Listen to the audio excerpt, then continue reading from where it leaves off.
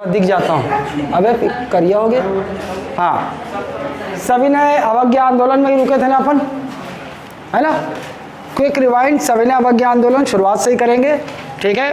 पकड़ लो, इसको ख़त्म करूँगा और तुम्हारा ट्राइब पकड़ूंगा, छत्तीसगढ़ ट्राइब एंड कल्चर, ठीक।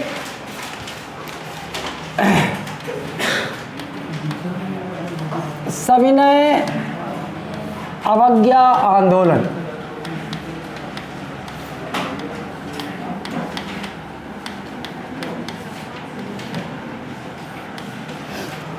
ठीक।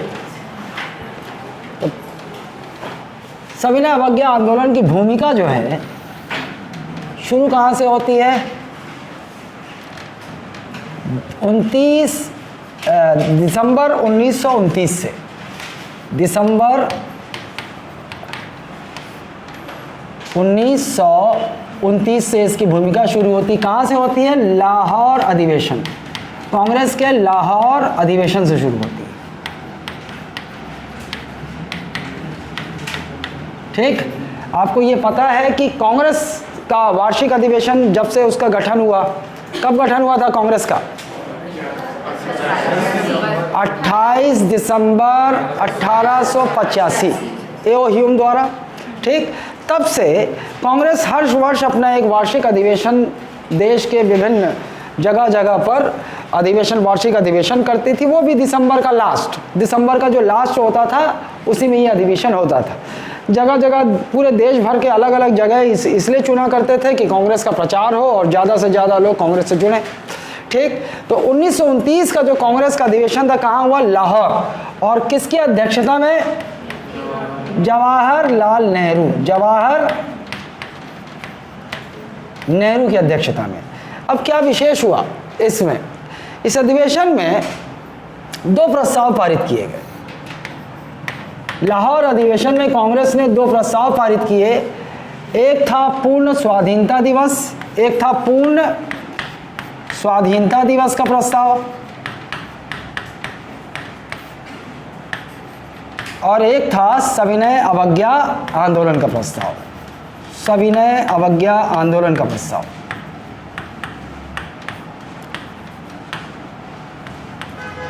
आंदोलन का प्रस्ताव, ये 2 प्रस्ताव, महत्वपूर्ण प्रस्ताव लाहौर अधिवेशन में पारित किए गए, ठीक। अच्छा, चूंकि यहीं पर पूर्ण स्वाधीनता दिवस का प्रस्ताव, तो इसीलिए प्रस्ताव पारित हुआ। तो 26 जनवरी 1930 यही था, 26 जनवरी 1930। इसको संपूर्ण देश में किस रूप में मनाया गया? पूर्ण स्वाधीनता दिवस। तिरंगा फहराया गया और क्या मनाया गया? पूर्ण स्वाधीनता दिवस के रूप में मनाया गया। अब सविनय अवज्ञा आंदोलन की भूमिका देखो। ये प्रस्ताव तो इसी अधिवेशन में पारित हो गया था। देश भर में माहौल बना। माहौल कैसे बना? गांधी जो है 12 मार्च 1930, गांधी क्या है? कब? 12 मार्च 1930।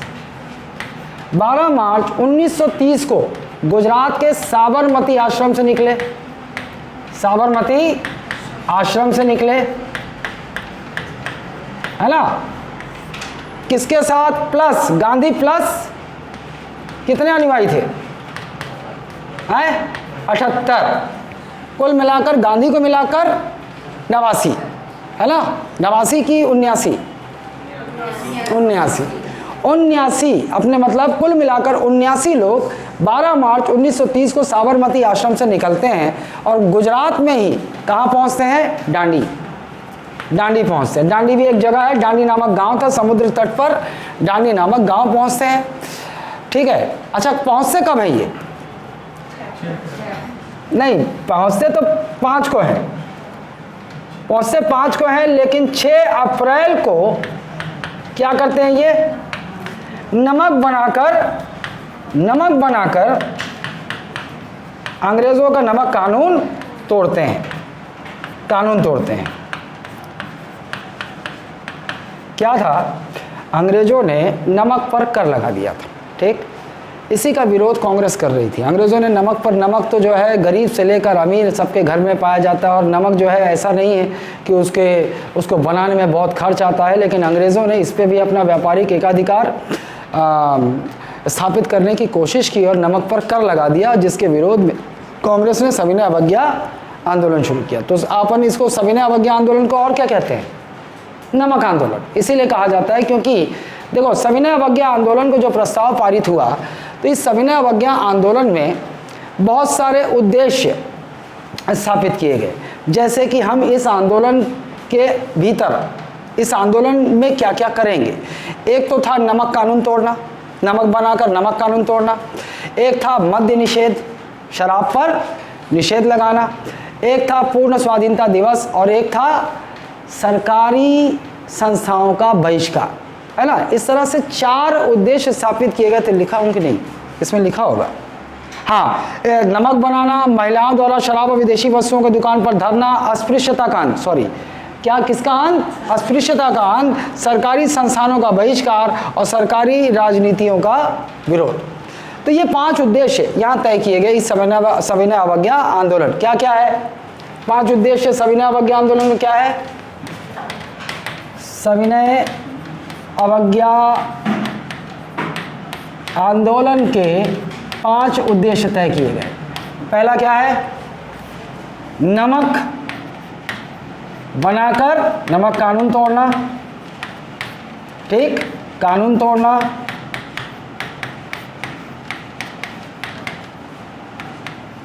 दूसरा क्या है? मद्य निषेध,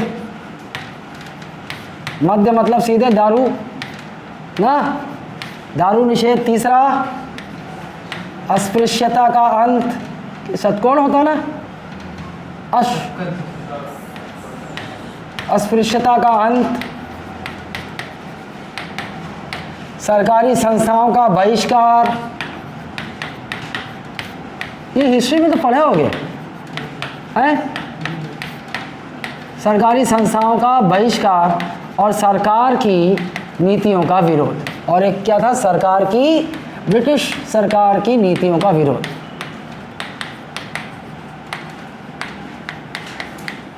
नीतियों का विरोध, ये उद्देश्य तय किए गए।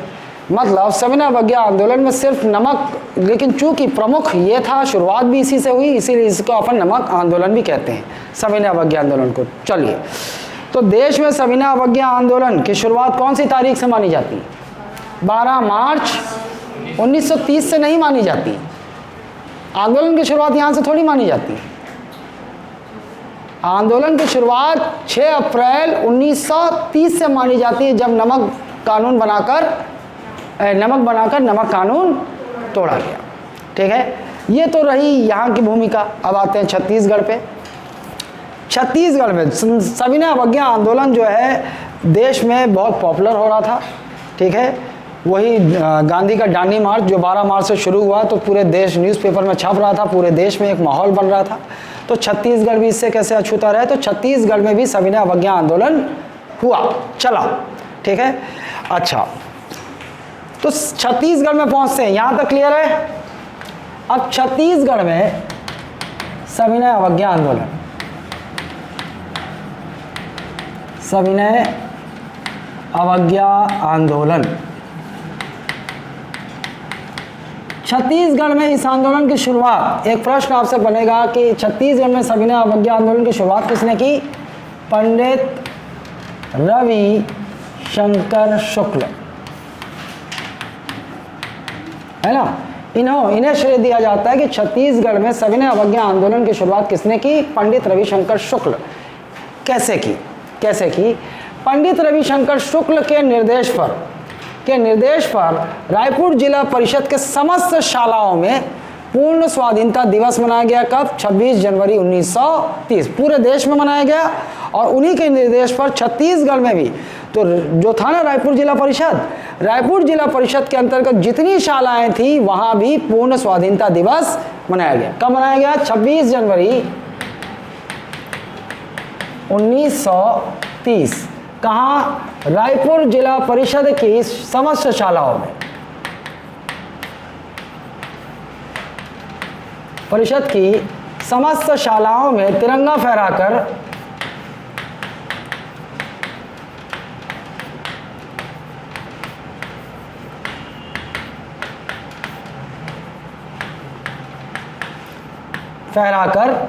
पूर्ण स्वाधीनता दिवस मनाया गया। अच्छा, पहली बार वो रावी नदी वाला तो पता होगा, मिस कर गया मैं। वहाँ रावी नदी के तट पर कौन सी तारीख को मनाया गया था? 31 दिसंबर 1929। एक चीज़ मिस हो गई ना वहाँ नेशनल लेवल पे। 31 दिसंबर 1929 जब अधिवेशन चल रहा था लाहौर में, तो 31 दिसंबर 1929 को रावी नदी के तट पर तिरंगा फहराकर पूर्ण स्वाधीनता दिवस, है ना, तिरंगा फहराया गया। और ये निर्णय लिया गया, कब निर्णय लिया गया था? 31 दिसंबर को। 31 दिसंबर 1929 की मध्य रात्रि रावी नदी के तट पर कांग्रेस ने तिरंगा फहराया, है ना, और ये निर्णय लिया कि 26 जनवरी 1930 को देश भर में पूर्ण स्वाधीनता दिवस मनाया जाएगा। बस एक ही लाइन है, वो आप नोट्स में मिलेगा, आपको नोट्स में रहेगा आपके, मिस कर गया मैं उसको। ठीक, तू आया है तो कृपाल कहाँ गया बे? वो शादी में गया है, वो घूमने गया है। इस उम्र में लड़के शादी पे खाने नहीं जाते हैं, लड़के जाते हैं ताड़ने। मैं बता रहा हूँ, लड़कों में जो उत्सुकता होती है ना शादी में जाने का, वो होता है ताड़ने के लिए जाते हैं। खाना बहुत कम लोग होते हैं।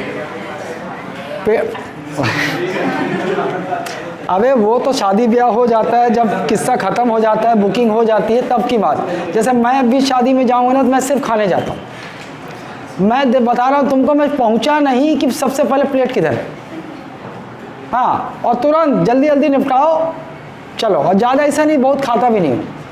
वो चावल, वो कोई अगर छोला हुआ तो छोला ले लिए, रायता ले लिए, है ना, और पापड़ ले लिए, हो गया मेरा खाना। और मेरी बीवी कोई स्टॉल नहीं छोड़ती, थोड़ा थोड़ा हर जगह चख के आती है, हाँ, हर जगह चख के आती है। मतलब फिर मेरे को बताती, अरे वहाँ पे ये, अरे भैया खाओ, तुम खाओ। एक बार का वाकया बताता हूँ। हम गए थे भिलाई में, एक प्रोफेसर के, मतलब शादी कर चुके थे वो लोग, आजकल तो यही हो रहा है लगभग, शादी कर लेते हैं फिर बाद में रिसेप्शन होता है। मतलब अपनी मर्जी शादी कर लिए, कोई इंडोनेशिया गया तो वहाँ शादी कर लिया, कोई अमेरिका गया है तो वहाँ शादी कर लिया, फिर सीधे लेके आते हैं इंडोनेशियन, या वो शादी कर लिया तो उसकी रिसेप्शन थी। तो हुआ क्या कि उसी दिन लड़की की माताश्री गुजर गई, दादी गुजर गई, तो रिसेप्शन तो हो नहीं सकता, कैंसिल हो गया पूरी सजा। और दिन में ही हुआ, उसी दिन रिसेप्शन होना था, बढ़िया ग्रैंड पार्टी था। और मेरी बीवी बहुत उतावली रहती है, क्योंकि पार्टी का नाम सुनो या कहीं जाना है तो सुनो, सबसे पहले उसको अवसर मिलता है तैयार होने का। तैयार होके जब तक 100 फोटो खींच ना ले, चैन आता नहीं। देखते होगे, अगर वो ऐड किए होगे तो स्टेटस में देख लोगे, आज तैयार हुई मतलब कहीं जाना है ना। फिर दुनिया भर की इस एंगल से, उस एंगल से, ऐसा वैसा, तैयार हो गई, पहुँचे। अच्छा, मैं क्लास तुम्हारा ले रहा था, इधर शाम को ले रहा था, तो एकदम धड़ाधड़ 7:30 बजे से, वो पता है क्लास में हूँ, फ़ोन किए जा रही कि समय पहुँच जाना। पहुँचा वहाँ, तो वहाँ जाकर पता चला भैया ऐसा ऐसा हो गया, रिसेप्शन तो कैंसिल हो गया। अब ये तुरंत, अरे इतना तैयार हुई, तो वहाँ का रिसेप्शन कैंसिल हो गया। लेकिन उसके लगे हुए थोड़ा सा दूरी में दूसरा चल रहा था, है ना। अब अपन इधर तैयारी कर रहे थे, माँ पापा सब गए थे, हम लोग तैयारी कर रहे थे कि चलो अभी चलते हैं। पापा कोशिश कर रहे थे कि पता करें क्या हुआ, क्या हुआ है। तब तक देखा है ये मेरे भतीजे उनको लेके टुंगुर टुंगुर उधर घुस गई। बाबू तो फोन लगाया, अरे कहाँ गई रे? बोलती अब आए हैं तो फिर खा के जाएंगे। घुस गई भैया, और आधा घंटा हो गया आ नहीं रही। घर में भाई माँ पापा सब तो चले गए, तो घर में तो खाना बना नहीं, है ना। थोड़ी देर बाद मेरे बोल रही है, अरे जल्दी आओ जी, खाना बढ़िया है। अब मैं बोला साला खाना तो बना नहीं है, चली गई, चलो आज हम भी तूफानी कराते। मैं भी गया तो वो निकल क्यों नहीं रही थी, वहाँ पे ना नॉनवेज का अलग से काउंटर था, वो नॉनवेज में बिजी है ना। मैं गया, मैं बोला दे दूर रहो, नॉनवेज मैं खाता नहीं हूँ, मतलब भाई अब तो ऐसा छुआना वाला नहीं मेरे को, मैं बैठ के खा सकता हूँ साथ में लेकिन छुआना नहीं, अपना खाओ। फिर इधर खाए पिए बाहर निकले तो फिर पिताश्री और वो कर, अरे कहाँ तुम लोग थे। मैं बोला ये घुस गई थी वहाँ, खाना वाना खा ली। बोले ले, तो बोली आप क्या करें, तो पापा अम्मा को वो हरिराज, बोला चल भाई आज खाना वाना नहीं, पापा अम्मा को वहाँ खिला देते, वो तो जाएंगे नहीं। हम लोग चले गए, वो थोड़ी जाएंगे बिन बुलाए मेहमान की तरह इस तरह से, तो हरिराज में खाना वाना खिलाए, तो इस तरह की है वो। चली गई भैया एकदम पूर्ण स्वाधीनता दिवस, ठीक, इन्होंने शुरू किया। इसके बाद रायपुर में आंदोलन, चलिए रायपुर में पहुंचते, इन्होंने शुरू किया। अब यहीं से सबसे पहले अपन शुरू करते हैं रायपुर में सविनय अवज्ञा आंदोलन। रायपुर में आंदोलन,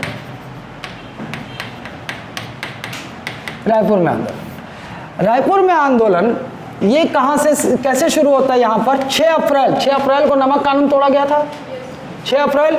तो 6 अप्रैल से लेकर 13 अप्रैल 1930 यहाँ क्या मनाया गया, राष्ट्रीय सप्ताह मनाया गया। रायपुर में राष्ट्रीय सप्ताह मनाया गया,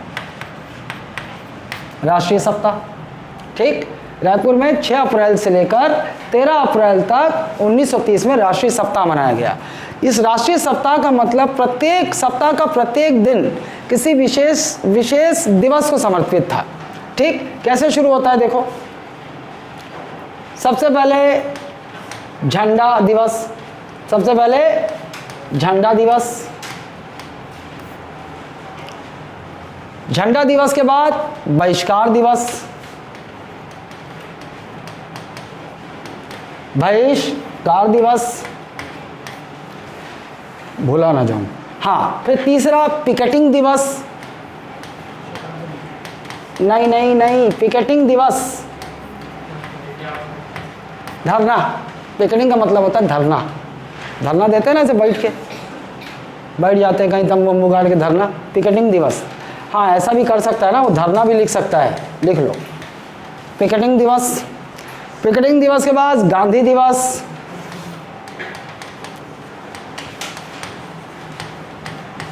गांधी दिवस के बाद महिला दिवस, गढ़वाल दिवस, और अंत में राजबंदी दिवस, अंत में राजबंदी दिवस है। नहीं पूछना चाहिए, अब एकदम अचानक भयानक वाला बनाएगा तभी ऐसा गड़बड़ हो सकता है, वरना याद हो जाएगा यार। देखो अभी कैसे याद होता है, आजकल आप प्रश्न क्या पूछेगा, किस तरह पूछेगा उम्मीद नहीं कर सकते, है ना। जिस तरह का प्रश्न बना रहा है तो काहे को रिस्क लेना, ठीक। चलो, तो छत्तीसगढ़ में सविनय अवज्ञा आंदोलन की शुरुआत किसके द्वारा हुई, पंडित रविशंकर शुक्ल द्वारा, ठीक। 26 जनवरी को तिरंगा फहराकर उन्होंने पूर्ण स्वाधीनता दिवस मनाया, उनके निर्देश पर मनाया गया छत्तीसगढ़ में, रायपुर में, ठीक। और रायपुर में आंदोलन की शुरुआत कुछ इस तरह से होती है कि 6 अप्रैल से लेकर 13 अप्रैल 1930 तक राष्ट्रीय सप्ताह मनाया गया। और इस राष्ट्रीय सप्ताह में प्रत्येक दिन जो है विशेष दिवस को समर्पित था। तो चलो कैसे कैसे, सबसे पहले झंडा दिवस, झंडा के बाद बहिष्कार दिवस, बहिष्कार के बाद पिकेटिंग दिवस, पिकेटिंग के बाद गांधी दिवस, गांधी के बाद महिला दिवस, महिला के बाद गढ़वाल दिवस, गढ़वाल के बाद राजबंदी दिवस, है ना।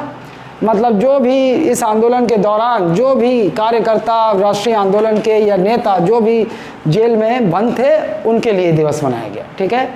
तो ये आपको याद रहेगा, फिर से एक बार देख लो। सबसे पहले झंडा दिवस, झंडा के बाद बहिष्कार दिवस, फिर पिकेटिंग दिवस, फिर गांधी दिवस, फिर महिला दिवस, फिर गढ़वाल दिवस, फिर राजबंदी दिवस। ये हुआ। इस रायपुर में जो आंदोलन चला इसके लिए सेठ लक्ष्मी नारायण दास व ठाकुर प्यारेलाल सिंह का हाथ बढ़ा रहा। तो आपसे कभी पूछ सकता है, तो कौन कौन है यहाँ पर? सेठ लक्ष्मी नारायण दास और ठाकुर प्यारेलाल सिंह का अभूतपूर्व योगदान रहा। ठाकुर प्यारेलाल सिंह, ठाकुर प्यारेलाल, ठीक। एक ये आपको ध्यान रखना होगा। अच्छा, फिर उसके बाद महाकौशल राजनीतिक सम्मेलन। इवेंट में बढ़ते जाते हैं ना सीधे सीधे। अब इसके बाद जो घटना होगी वो होगी महाकौशल राजनैतिक सम्मेलन। राजनैतिक सम्मेलन, ठीक। ये भी अप्रैल में ही होता है। हालांकि उसकी घटना देखो, हर चीज़ में हर डेट याद रखने की चेष्टा करोगे तो वो कोई समझदारी नहीं। इसका भी डेट है कि 15 अप्रैल 1930 को रायपुर में महाकौशल राजनीतिक सम्मेलन हुआ। लेकिन मैं नहीं लिखूंगा, आप हर चीज़ याद नहीं की जाती। आप घटना इतिहास को घटनाक्रम में चलो, अंदाज़ा खुद ब खुद बैठ जाएगा कुछ आएगा तो। और अब मान लो एक आध क्वेश्चन ऐसा आता है अचानक भयानक जिसकी उम्मीद नहीं की जाती, तो उससे कोई फ़र्क पड़ता भी नहीं है ना। मेरे पढ़ाते पढ़ाते इन चीज़ों को समझ जाओ कि कहाँ कितना ध्यान देना है, कहाँ कितना नहीं देना है, किसको छोड़ देना है। तो डेट यहाँ मत ध्यान दो। महाकौशल राजनीतिक सम्मेलन, हालांकि आपके नोट्स में रहेगा। कहाँ हुआ? रायपुर में होगा। अच्छा, इस सम्मेलन की अध्यक्षता वैसे जवाहरलाल नेहरू करने वाले थे इस सम्मेलन की। लेकिन हुआ क्या कि इबादतगंज, इलाहाबाद के पास इबादतगंज रेलवे स्टेशन पर अंग्रेज़ों ने जवाहरलाल नेहरू को गिरफ्तार कर लिया, ठीक। तो एक प्रश्न बन सकता है ना कि महाकौशल राजनीतिक सम्मेलन की अध्यक्षता पहले कौन करने वाले थे? जवाहरलाल नेहरू। लेकिन इबादतगंज रेलवे स्टेशन में अंग्रेज़ों ने उन्हें गिरफ्तार कर लिया, तो अब उनकी अनुपस्थिति में इस सम्मेलन की अध्यक्षता किसने की? सेठ गोविंद दास। अध्यक्षता किसने की? सेठ गोविंद दास। सेठ गोविंद दास ने की, ठीक। अच्छा, सेठ गोविंद दास ने की। अब इसी राजनीतिक बैठक में एक महत्वपूर्ण कार्य होगा इसी सम्मेलन में। पंडित रविशंकर शुक्ल, इस शॉर्ट में लिख दिया, अच्छा समझ जाओगे ना। पंडित रविशंकर शुक्ल ने हाइड्रोक्लोरिक अम्ल और सोडा, हाइड्रोक्लोरिक अम्ल प्लस सोडा, इनका मिश्रण से क्या बनाया? नमक बनाया। नमक बनाकर नमक कानून तोड़ा। नमक बनाया और नमक कानून तोड़ा। तो छत्तीसगढ़ में भैया सबसे पहले किसने किया? पंडित रविशंकर शुक्ल ने नमक कानून तोड़ा। कहाँ? महाकौशल राजनीतिक सम्मेलन। और ये तारीख आपसे पूछ सकता है, देखो अलग अलग डेट मिलता है, लेकिन मैं आप जो यहाँ पे फिक्स करके लिखा हूँ वो है 13 अप्रैल 1930। तो ये इसके लिए आप 13 अप्रैल 1930, कहीं पर बोलेगा कि ये सम्मेलन जो है 15 को हुआ, कहीं 13, लेकिन ज़्यादा पुख्ता 13 है। 13 अप्रैल 1930 को पंडित रविशंकर शुक्ल ने महाकौशल राजनीतिक सम्मेलन में हाइड्रोक्लोरिक अम्ल और सोडा मिलाकर नमक बनाकर नमक कानून तोड़ा, छत्तीसगढ़ में, ठीक है। इन्होंने ही शुरुआत की इसकी। ये मोतीलाल नेहरू गलत लिखा है, ये हो गए वो गलत टाइप की है। जवाहरलाल नेहरू लिखा होगा तो मोतीलाल नेहरू टाइप कर दी। ये एडिट करके मिलेगा आपको, ये नोट्स मिल जाएगा ना, एडिट हो गई ये, ठीक। ठीक है, ये हो गया। और प्रांति हो गया, इतना ज़्यादा इम्पोर्टेंट नहीं है। उसके बाद आगे चलेंगे हम लोग शुक्ला जी की गिरफ्तारी। अगला जो घटना होगा पंडित रविशंकर शुक्ल की गिरफ्तारी, ठीक है। घटना आगे बढ़ती हैं और पंडित रविशंकर शुक्ल की गिरफ्तारी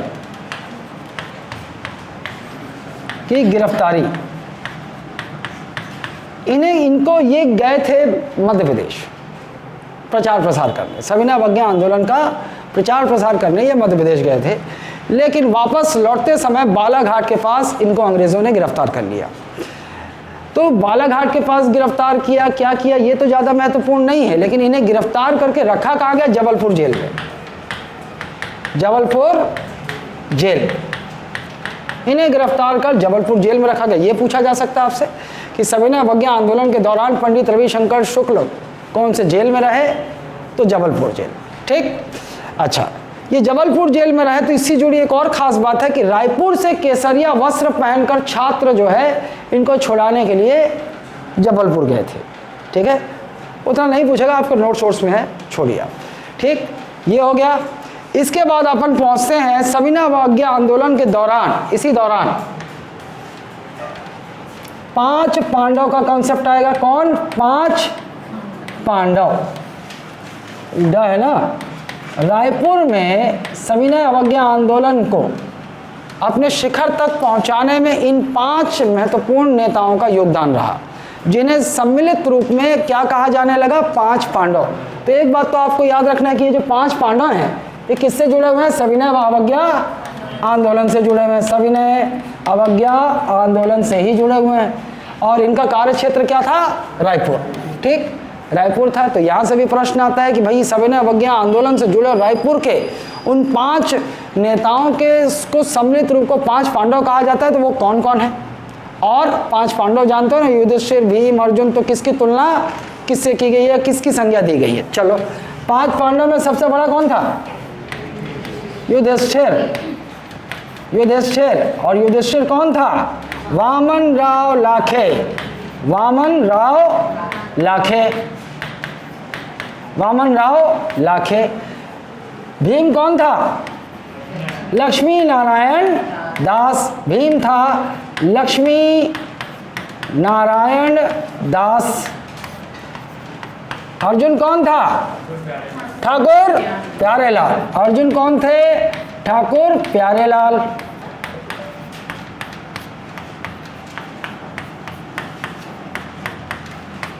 नकुल कौन थे? मौलाना रऊफ। मौलाना रऊफ। अबुल भी है साथ में, लेकिन क्या दिक्कत है, मौलाना रऊफ से भी याद रहेगा। मौलाना रऊफ। सहदेव कौन था? हैं? शिवदास डागा। ये नाम बड़ा अच्छा लगता है, डागा। डागा सेठ। आज भी मैं फेंके हुए पैसे नहीं उठाता। किसका डायलॉग है ये? अमिताभ बच्चन का, है ना? कौन सी फिल्म है? दीवार। दीवार। चलो, इसको ध्यान दो। 5 पांडव, सविनय अवज्ञा आंदोलन के 5 पांडव। युधिष्ठिर कौन? वामन राव लाखे। युधिष्ठिर, युधिष्ठिर, भीम, युधिष्ठिर, भीम, युधिष्ठिर, भीम, अर्जुन, अर्जुन, युधिष्ठिर, भीम, अर्जुन, नकुल, नकुल, नकुल, युधिष्ठिर, भीम, अर्जुन, नकुल, सहदेव, सहदेव, सहदेव, सहदेव। चलो, 5 पांडव, है ना? 5 पांडव के कौन किस आंदोलन से रिलेटेड हैं? सविनय अवज्ञा। इनका कार्य क्षेत्र कहाँ के थे?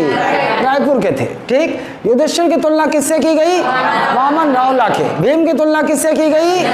लक्ष्मी नारायण दास। अर्जुन की तुलना, नकुल की तुलना, अरे उल्टा बोल रहा हूँ, इनकी तुलना उनसे की गई है ना। जो भी है, प्रश्न बनना चाहिए। और सहदेव शिवदास डागा। ठीक है, अब 5 पांडव जो है इनकी संज्ञा दी गई। उसके बाद हम पहुंचते हैं कहाँ? धमतरी में आंदोलन। अगला धमतरी में आंदोलन। धमतरी में सविनय अवज्ञा आंदोलन।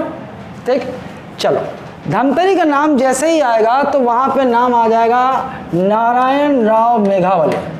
नारायण राव मेघावले। मेघावले। तो सविनय अवज्ञा आंदोलन का नेतृत्व धमतरी में किसने किया? नारायण राव मेघावले। ठीक, इन्होंने क्या किया? इन्होंने भी बिल्कुल पंडित रविशंकर शुक्ल की तरह नमक बनाकर कानून तोड़ा, है ना, नमक बनाकर कानून तोड़ा, वही प्रोसेस, हाइड्रोक्लोरिक अम्ल और सोडा मिलाकर नमक बनाया। ठीक, नमक बनाकर कानून तोड़ा। अच्छा, और इन्होंने लगभग कितना ग्राम नमक बनाया ये नहीं पूछेगा ना कि नमक जो बनाया था मेघावले ने 20 ग्राम था कि 25 ग्राम था, ऐसा नहीं पूछेगा, गणित का सवाल थोड़ी है ना। तो ये 20 ग्राम नमक की नीलामी की गई, इसकी नीलामी की गई, और नीलामी में इसको किसने खरीदा है? कौन सा तेजपाल? रुको भाई, फिर से नहीं, तेजपाल तो है, मेरे को याद है, मैं उस पर घूम रहा हूँ थोड़ा सा। करण ना, हाँ, नीलामी में किसने खरीदा? करणजीत तेजपाल ने यह नमक खरीदा। तो ये आपसे पूछ सकता है भैया कि धमतरी में नारायण राव मेघावले ने जो नमक बनाकर कानून तोड़ा, तो उस नमक की नीलामी हुई तो उसे किसने खरीदा? तो धमतरी के ही करणजीत तेजपाल ने खरीदा। अब वो नहीं पूछेगा कि कितने में खरीदा, 61 रुपये में खरीदा था, मेरे को याद आ रहा है ना, 61 रुपये में खरीदा था। अब अरे भैया 1930 का 61 रुपये बहुत बड़ा अमाउंट है ना। कितने साल हो गया? 83 साल। 83 साल 61 रुपये को अपन 1 लाख रुपये तो मान ही सकते हैं, ज़्यादा होगा नहीं, 1 लाख रुपये मान लो 83 साल में, तो 1 लाख 20 ग्राम का नमक। तो उस समय क्या है, सेठू लोग सब होंगे, बड़े बड़े सेठ, है ना। तो ये प्रतीक स्वरूप ये नमक की नीलामी की गई और खरीदा गया कि देखो हिंदुस्तानी अंग्रेज़ों का नमक कानून तोड़ रहे हैं और उस नमक की कीमत क्या है, उस नमक की कीमत क्या है, एक प्रतीक स्वरूप ऐसा किया गया। तो यहाँ पर धमतरी में नमक कानून तोड़ा नारायण राव मेघावले ने, और उस नमक की नीलामी में उसे खरीदा किसने? ये ध्यान रखना। ठीक, अच्छा, अब यहीं धमतरी में एक और चीज़ होगा, धमतरी में ही सत्याग्रह आश्रम की शुरुआत होगी। किसकी शुरुआत होगी? सत्याग्रह आश्रम की शुरुआत होगी। कौन करेगा? कौन करेगा इसकी? सुंदरलाल शर्मा, पंडित सुंदरलाल शर्मा। ये मेरे को समझ में नहीं आया, ये थे राजिम के, लेकिन जब देखो तब धमतरी में पाए जाते थे। होगा कुछ कनेक्शन आए? चलो, अरे भाई वो भी तो इंसान ही होंगे। पर हाँ, यहाँ पे करेज देखो, गांव चला जाता है बार बार कोई बुलावे पे, अब पता नहीं कौन बुलाता है, पंडित सुंदरलाल शर्मा। लेकिन मेरी बात को ध्यान नहीं देता, मैं हमेशा बोलता हूँ बुलाती है मगर और बुलाता है मगर, दोनों के लिए ना, ऐसा मत करो। चलो, सत्याग्रह आश्रम की शुरुआत इस आंदोलन के दौरान किसने की? पंडित सुंदरलाल शर्मा। कहाँ की? धमतरी में ही। कहाँ की? धमतरी में ही। ये धमतरी की बात हो रही है ना, धमतरी में ही। अच्छा, ये सत्याग्रह आश्रम किसी के निवास स्थान पे खोला गया था? नथुजी जगताप के निवास पे खोला गया। नथुजी जगताप के निवास स्थान पे खोला गया। ये भी प्रश्न पूछ सकता है, सत्याग्रह आश्रम किसके निवास स्थान पे खोला गया? नथुजी जगताप। क्या था इसका उद्देश्य? इस सत्याग्रह आश्रम जो पंडित सुंदरलाल शर्मा ने खोला था, इसका उद्देश्य क्या था? वास्तव में सत्याग्रह आश्रम की शुरुआत जो थी, युवकों को राष्ट्रीय आंदोलन से संबंधित शिक्षित करने के लिए खोला गया था। शिक्षित, कि उनको शिक्षा दिया जाए कि यही युवक जो है, इनको प्रेरित किया जाए ये राष्ट्रीय आंदोलन में शामिल हो और किस प्रकार राष्ट्रीय आंदोलन को ये आगे बढ़ाएं, इससे संबंधित शिक्षा के लिए ये आश्रम खोला गया। इसमें कॉलेज के युवक, स्कूल के युवक इसमें शामिल हुआ करते थे। निःशुल्क भोजन और रहने की सुविधा होती थी, जहां इन्हें ट्रेनिंग दी जाती थी एक तरह से राष्ट्रीय आंदोलन के लिए, है ना। ये सत्याग्रह आश्रम का मकसद था। फिर चलिए, बिलासपुर में आंदोलन। धमतरी हो गया, बिलासपुर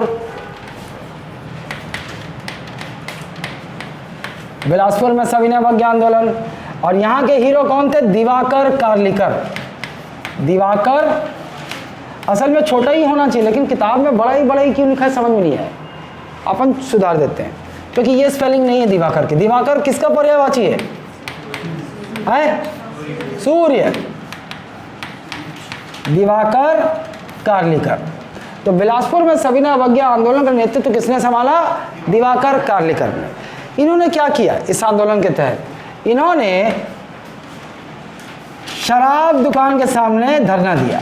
शराब दुकान के सामने धरना दिया तथा दुकान की सारी शराबें निकालकर नष्ट कर दी। पी नहीं गए, नष्ट कर दिया, है ना। दुकान के सामने धरना दिया और शराब की बोतलों को नष्ट कर दिया।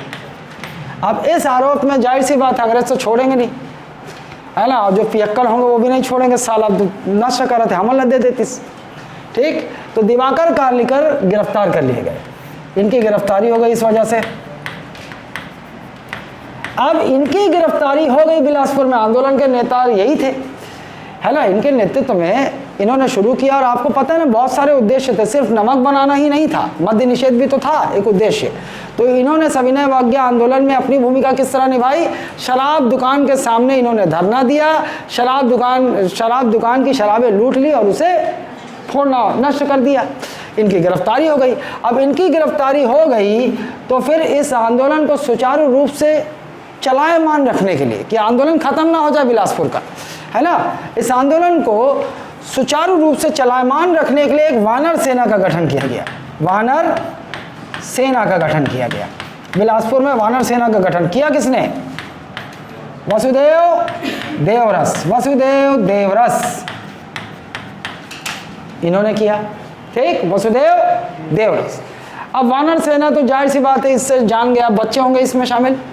वानर सेना बच्चे शामिल थे जिनका उद्देश्य क्या था? इधर उधर खबर पहुंचाना, है ना, धरना देना। ठीक, यही इनका उद्देश्य था। यहाँ से प्रश्न पूछेगा नहीं। चलो ये हो गया, बिलासपुर हो गया।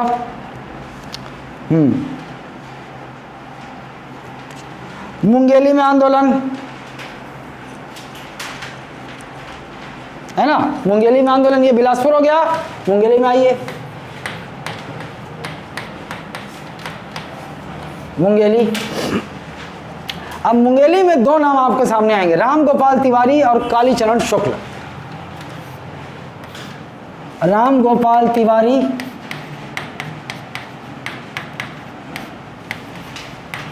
और कालीचरण शुक्ल।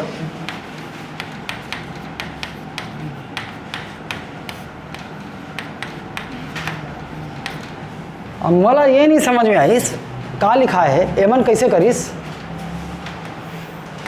नाला के पानी से नमक बनाईस। नाले के पानी से नमक बनाकर नमक कानून तोड़ा। ठीक, इससे नमक बनाकर नमक कानून तोड़ा। अरे अपन नाला वैसा समझ रहे हैं, नाला उसको भी बोला जा सकता है भैया जहाँ पानी जो है अपना रास्ता ले लेता है, जैसे गाँव में देखे होगे, है ना, खेत के लिए बड़े बड़े नाले खोदे जाते हैं तो साफ पानी आता होगा भाई, उससे ऐसा नाला बोलने से अपन को सीधा गंदा नाला वो याद आता है, क्योंकि अपने को यही देखने को मिलता है नहीं। ओह, तो ब्लैक सॉल्ट बन जाएगा ये तो।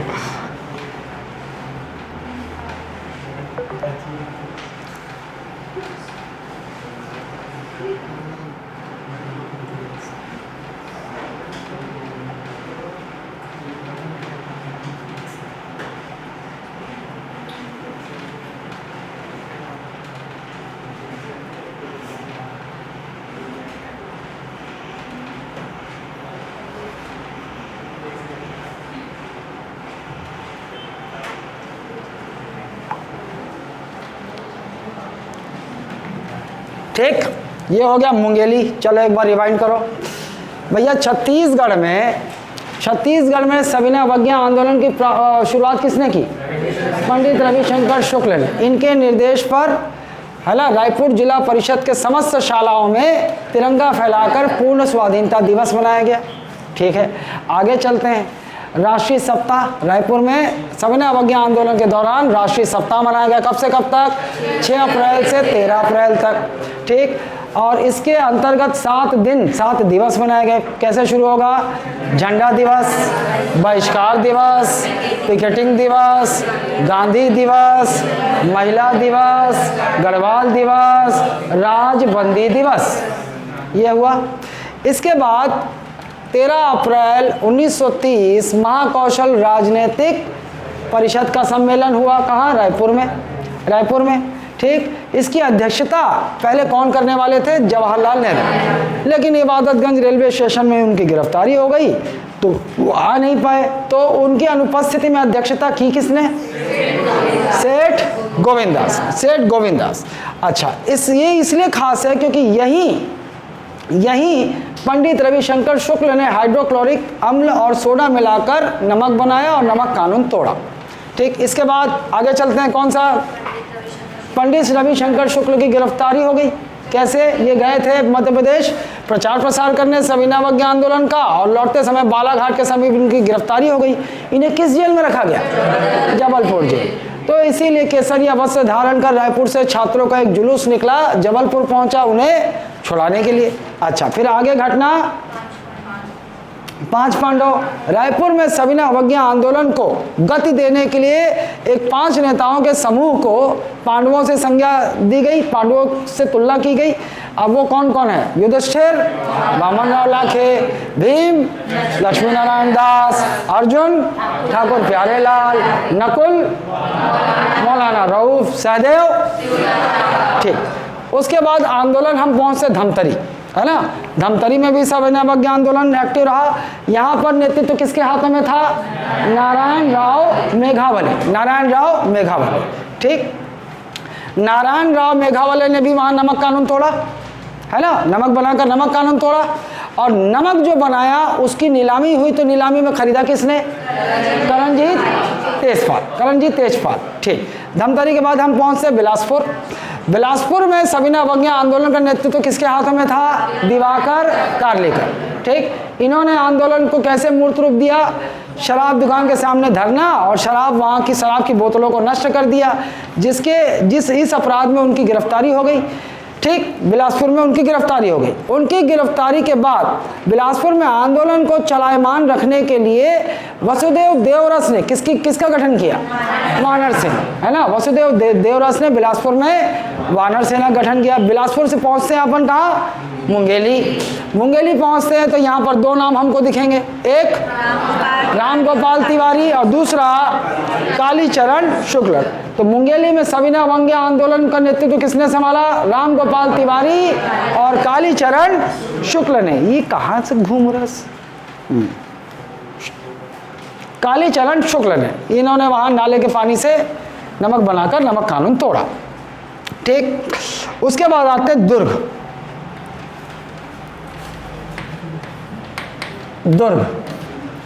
दुर्ग में सविनय अवज्ञा आंदोलन।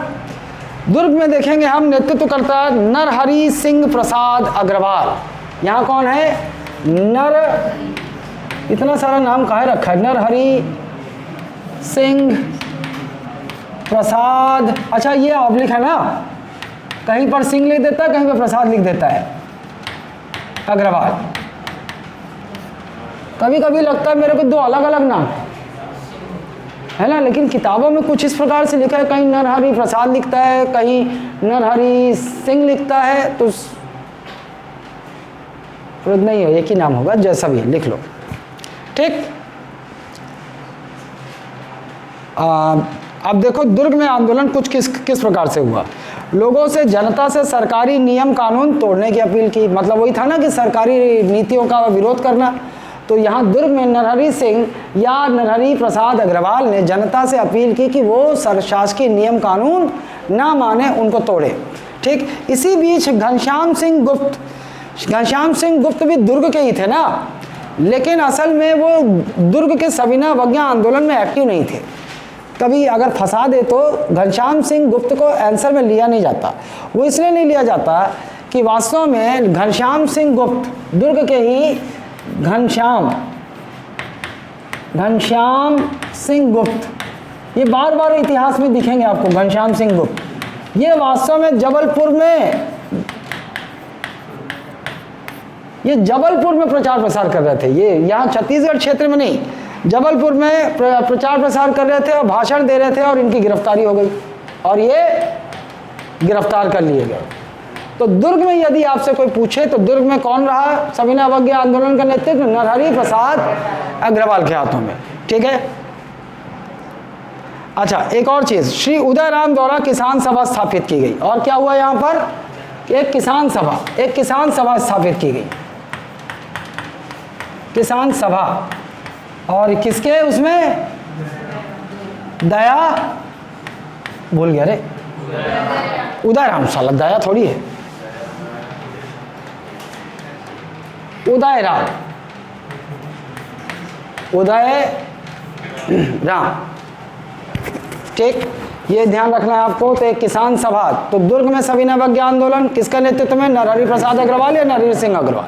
ठीक। और यही दुर्ग में दुर्ग के घनश्याम सिंह गुप्त जो है इस दौरान, ये वास्तव में जबलपुर में थे और जबलपुर में प्रचार प्रसार कर रहे थे और वहाँ भाषण, उग्र भाषण के आरोप में इन्हें गिरफ्तार कर लिया गया। तो जबलपुर में गिरफ्तारी हो गई थी इनकी। और यहीं दुर्ग में उदयराम ने एक किसान सभा का गठन किया। ठीक। अच्छा, फिर विद्यार्थी सम्मेलन, विद्यार्थी कांग्रेस की स्थापना की गई, है ना। विद्यार्थी सम्मेलन, ऐसा देखो आप, यही दुर्ग से रिलेटेड है ये। यहां पर एक विद्यार्थी सम्मेलन आयोजित किया गया, विद्यार्थी सम्मेलन। ठीक, विद्यार्थी सम्मेलन। और इस विद्यार्थी सम्मेलन में विद्यार्थी मतलब क्या स्थापित किया गया? विद्यार्थी कांग्रेस की स्थापना की गई। किसकी स्थापना की गई? विद्यार्थी कांग्रेस की स्थापना की गई। मतलब सीधा सीधा ये रखना भैया, दुर्ग में विद्यार्थी कांग्रेस की स्थापना की गई। अब इसमें दो नाम महत्वपूर्ण है, चंद्रिका प्रसाद पांडे, गणेश प्रसाद सिंगरौल। विद्यार्थी कांग्रेस में चंद्रिका प्रसाद पांडे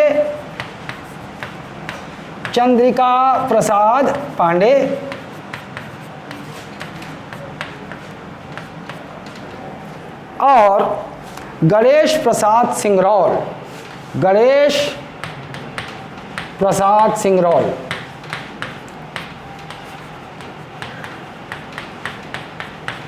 ये दो नाम महत्वपूर्ण है। दुर्ग में जो विद्यार्थी कांग्रेस की स्थापना की गई उसमें कौन कौन शामिल हैं? चंद्रिका प्रसाद पांडे और गणेश प्रसाद सिंगरौल। ठीक। अब यहीं इसी दौरान आपको पता है 1931 में गांधी इरविन समझौता हुआ, है ना। कहाँ गए थे गांधी? लंदन गए थे द्वितीय गोलमेज सम्मेलन में। और उस समय गवर्नर जनरल कौन थे? इरविन। वाइसरॉय मतलब वाइसरॉय कौन थे? इरविन। और गांधी और इरविन के बीच समझौता हुआ। हालांकि जब तक गांधी जहाज से गए थे, जहाज से जब तक यहाँ पहुँचे तब तक देखा कि समझौते का खुलेआम उल्लंघन हो रहा है। तो गांधी ने पुनः सविनय अवज्ञा आंदोलन जो है 2 चरण में चला है ना, 2 चरण में चला है। एक तो जो शुरू हुआ और दूसरा गांधी इरविन ये गए गोलमेज सम्मेलन में, तो वहाँ गांधी इरविन समझौता हो गया तो उन्होंने आंदोलन वापस ले लिया। लेकिन जब भारत पहुँचे तो देखा कि अंग्रेज जो है उस समझौते का उल्लंघन करे, तो इन्होंने पुनः सविनय अवज्ञा आंदोलन का द्वितीय चरण आरंभ कर दिया। ठीक। और द्वितीय चरण से पहले देखो, द्वितीय चरण में पहुंचने से पहले इसी दौरान भाई नमक तो हर जगह बनाया नहीं जा सकता था ना। नमक बनाया जा सकता था कि हर जगह भाई, गांव जंगल उंगल वहाँ कौन बनाएगा? तो फिर ये भी निर्णय लिया गया कि जिन जगहों पर नमक बनाकर कानून तोड़ना संभव नहीं होगा, ऐसे स्थानों पर हम जंगल सत्याग्रह करेंगे, है ना। तो विशेषकर छत्तीसगढ़ में इसी दौरान सविनय अवज्ञा आंदोलन के दौरान बहुत सारे जंगल सत्याग्रह हुए हैं। ठीक। एला काली करबो, अभी शुरू भी करके नहीं कोई मतलब नहीं, एक पूरे चार्ट में जंगल सत्याग्रह करेंगे तो ज़्यादा अच्छा है। मोहबना, पोड़ी, रुद्री, नवागांव, हम लोग यहाँ पहुँचे कहाँ थे? यहीं पहुँचे थे, लेकिन फिर भी सब भूल भुला गए हो, एक फ्लो में चलने को।